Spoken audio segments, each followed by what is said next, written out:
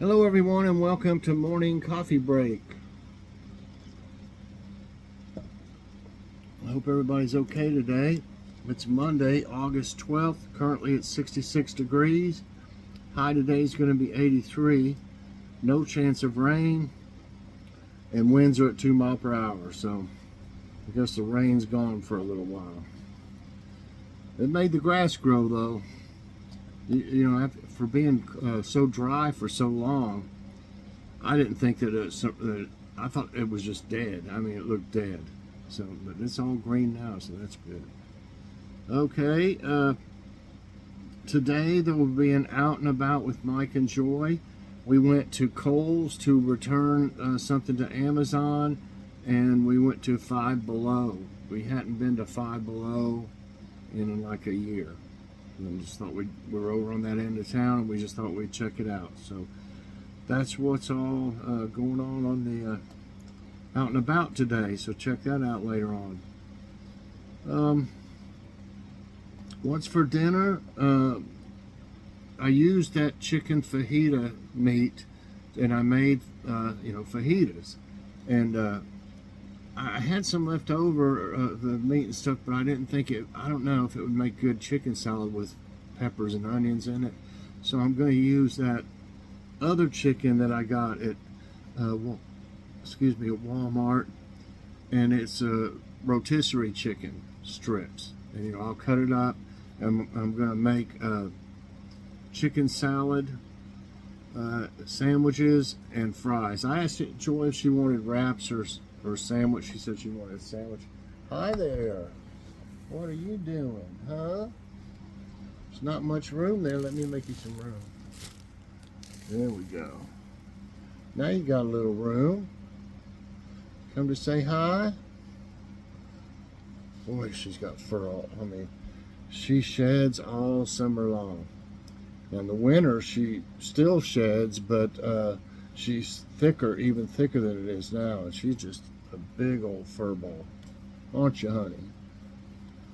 So anyway, and I think I'll probably have some fries or something like that. I'm not sure, maybe just chips, who knows, but whatever they want. I got some onion rings too, but we just had them the other day. I like mixing onion rings and fries. Having so many onion rings and then fries. I like it that way. Okay, jokes today. The father of 3 called a motel and asked how much they charged for a room. The clerk told him the rates depended on room size and number of people. Do you take children? The father asked. No, sir, replied the clerk. We only take cash and credit cards. Okay, my husband, a big-time sports fan, I don't think that's what the guy meant. I don't know how that guy took it that way, but I don't think that's what the father meant. My husband, a big-time sports fan, was watching a football game with our grandchildren. He had just turned 75 and was feeling a little wistful. You know, he said to our grandson, it's not easy getting old. I guess I'm in the 4th quarter now. Don't worry, Grandpa, our grandson said cheerily. Maybe you'll go into overtime. And our thought of the day is from Babe Ruth. Never let the fear of striking out keep you from playing the game. And I did used to worry about that when I played baseball. And I also played softball for many years, probably 20 years. I'd say it's probably about right.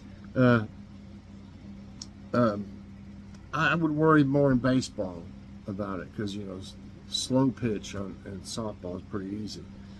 But, I still did pretty good, but I have got struck out before. Okay, let's see what we got here on,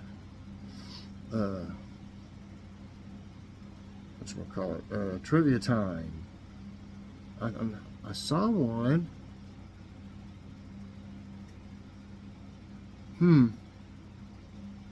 How about let's try this? It sounds interesting here. This one does. Okay. Does it say anything more about the other ones in it? No.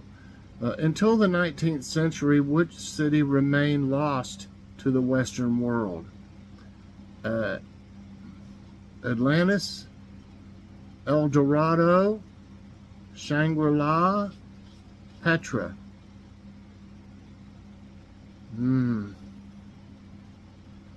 I know,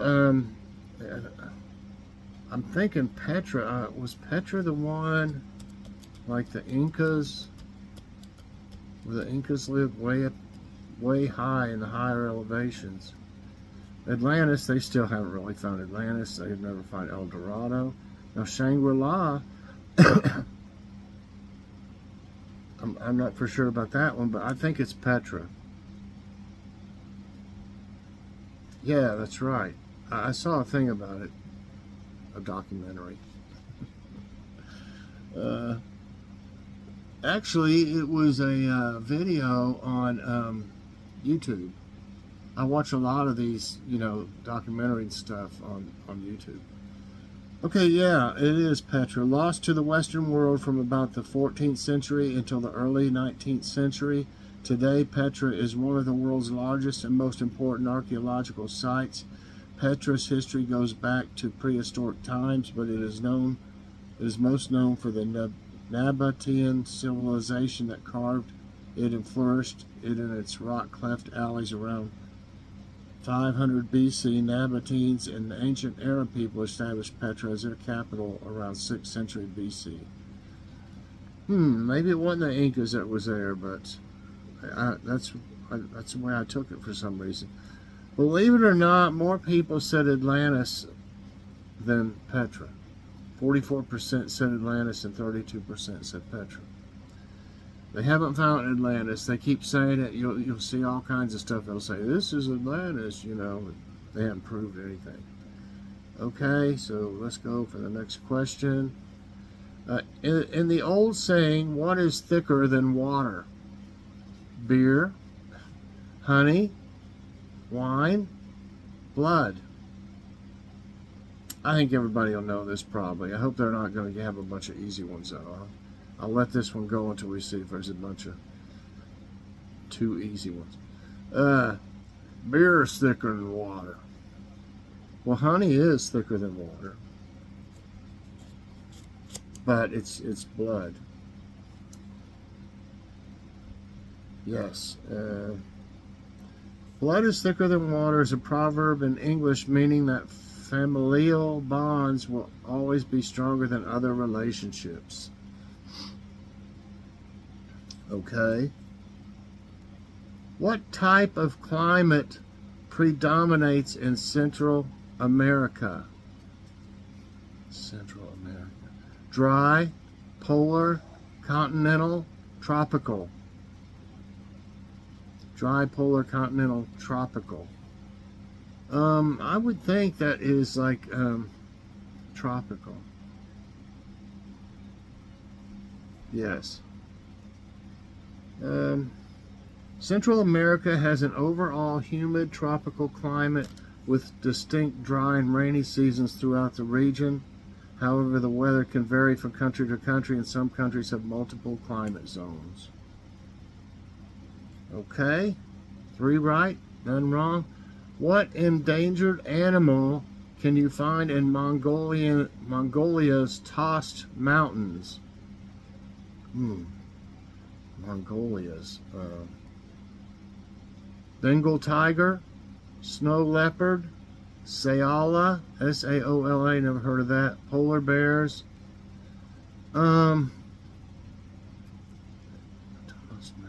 I think it's I thought snow leopard there for a minute, but I think snow leopards, I could be wrong about this too, but it seems like they're from Japan.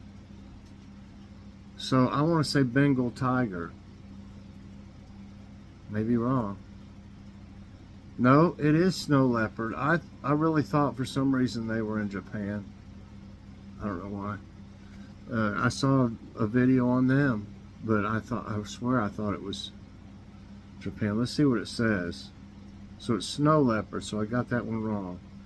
The Tost Mountains are home to more than a dozen snow leopards. These cats are part of what may be the most studied snow leopard population in the world. There's only like a dozen. The area has been the focal point of the Snow Leopards Trust pioneering long-term ecological studies since 2008. Okay, I had it wrong, definitely, Mongolia instead of Japan, but I did see a thing on it. I guess I wasn't paying attention as good as I should have. Okay, so I got that one wrong, but I learned something there. In the real McCoys, the family moves from West Virginia to where? Nebraska, Florida, Michigan, California. You know, I remember this. I don't know what this picture might have to do with it. It shows corn and stuff. So I wouldn't think of California if that's some kind of a hint that as far as corn, or really Michigan, short growing season in Michigan. I used to live in Taylor, Michigan. I used to live in Menlo Park, California. Used to live in Florida, Tampa. I was about 5 years old. Never lived in Nebraska though, but I've probably been through it. We probably traveled through it, going back and forth across the country. My dad worked for the VA hospital, and he got transferred for promotions. He would get a promotion and he would transfer to another state. So I did it all the time, like every year or every 2 years. Okay, so in a way, I want to say Nebraska, if corn has anything to do with this.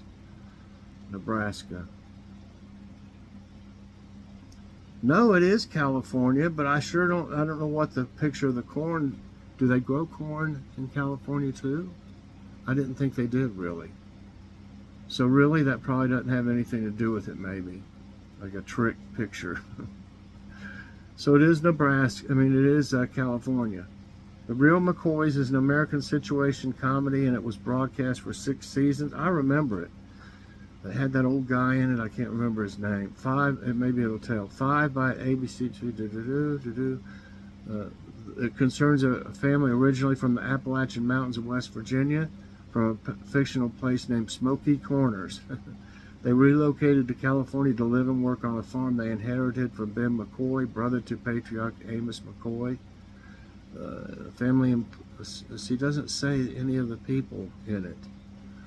They had Grandpa Amos, his grandson Luke, Luke's new wife Kate, Luke's teenage sister Tallahassee, and his 11-year-old brother little Luke.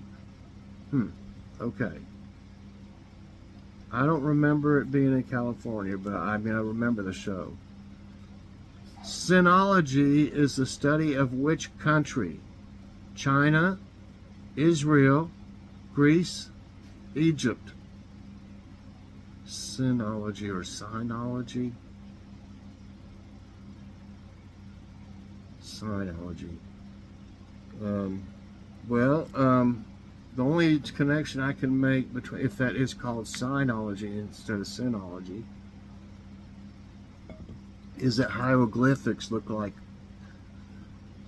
I don't want to say little signs. That's the only thing I can think of. I'm going with Egypt.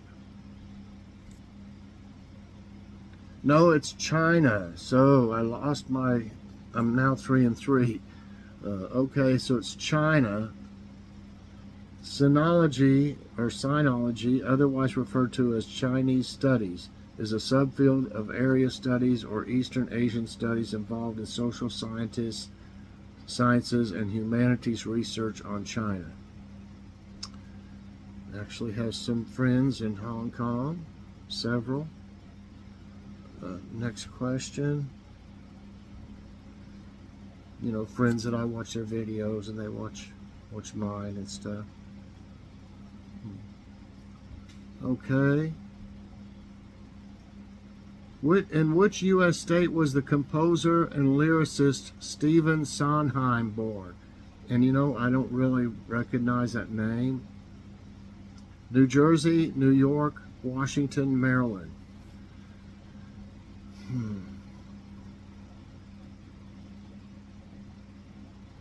I don't know. New Jersey, New York, Washington, Maryland. I guess U.S. state. I want to say New Jersey. No, it's New York. Uh-oh, I'm sliding. New York. Stephen Joshua Sondheim was an American composer and lyricist. Just a bunch of really not very interesting stuff. Okay, Irene is a Greek goddess of what? That's Eirene. And maybe that's her. I'm not really for sure. Irene. Peace, war, birth, love. I don't know. Serene. Irene, serene. Okay, I'm going with peace. I don't really know, but that's right. I don't know. Maybe my crazy analogy or whatever made it. I had the right answer. It is peace. Irene was a Greek goddess, so that's how it's spelled. Irene is a Greek goddess of peace and season of spring. She was one of the three Horai deities of the seasons and keepers of the gates of heaven. Okay. Here we go. Next question. 4 right, 4 wrong. Not doing that great, but I learned quite a bit already. Which disease is caused by lack of vitamin D? And I know this one. Parkinson, scurvy, Crohn's, and that's what I have, Crohn's, by the way. Rickets. I've had Crohn's disease since 1987. The first time I was in the hospital and nearly died was at 5 days after our daughter Jackie was born. I went into septic shock because I had perforated colon. Terrible. Lack of vitamin D, and we've, of course our kids never had this or anything, but we had, was it Dobermans? It was either Dobermans or Rottweilers were prone to this for some reason, and it's rickets. We had to have, take them to I think we had 3 or 4 Rottweilers. We had 3 or 4 Dobermans, but I remember having to take a couple of the Rottweilers to the vet because of what we thought was rickets. I don't know I can't remember. It seems like it was though, but they gave them medicine and they got better. So okay, rickets. Rickets is a condition. Oh, so I got to give myself one more right. Rickets is a condition that results in weak or soft bones in children. But I thought it was something about the dogs. Maybe it was something different. The most common cause of rickets is vitamin D deficiency. Symptoms include bowed legs, stunted growth, bone pain, a large forehead, or trouble sleeping. It doesn't mention dogs. Maybe it was called something else, but it was similar. I don't know. It's been a long time ago. Okay, one more. I got 5 right and 4 wrong now. Which body part is affected by sleep bruxism? Bruxism. I've never heard of that before. Sleep bruxism. Teeth, knee, ankle, hip. Maybe that's when people grind their teeth when they're asleep. I'm going with teeth. Come on. Well, I pressed it. That's right. Sleep bruxism is teeth grinding. Oh my gosh, I can't imagine that. It would be awful. That happens during sleep. It is marked by movement of the masticatory muscles responsible for chewing. Wow. Sleep bruxism and waking bruxism are considered to be distinct conditions, even though the physical action is similar. Of the two, awake bruxism is more common. So you can't help it. You're just grinding your teeth, like that would ruin them. I mean, okay. Let's see. So that's it. 6 right and 4 wrong today. I enjoy these. They're different. I thought I knew a couple of them, or I did know something about them. I just had the wrong country and stuff like that. So, but I remember most of what I see if I'm paying attention to it. You know, I can remember bits and pieces if I'm not paying attention to it. You know, but I've got to really listen to it and watch it without distractions, like, you know, doing stuff on YouTube or whatever while I'm watching TV. I can't really pay attention to both, you know, at the same time. Obviously, I don't know anybody that probably could, but, you know, like I said, if I really watch something, I'll usually remember it from now on, you know. So anyway, I hope y'all enjoyed today's trivia time and morning coffee break. If you did, I hope you'll press that like button right there. Also, subscribe if you haven't already. There. And hit that, oops, so you get all my videos as soon as they come out, right over there. Thanks for watching, everybody. I hope you have a great day, great morning, and great day. Definitely check out and About with Mike and Joy today. We went to Kohl's and Five Below. It was a beautiful day. Nice fluffy clouds all over. Thanks for watching, everybody, and God bless.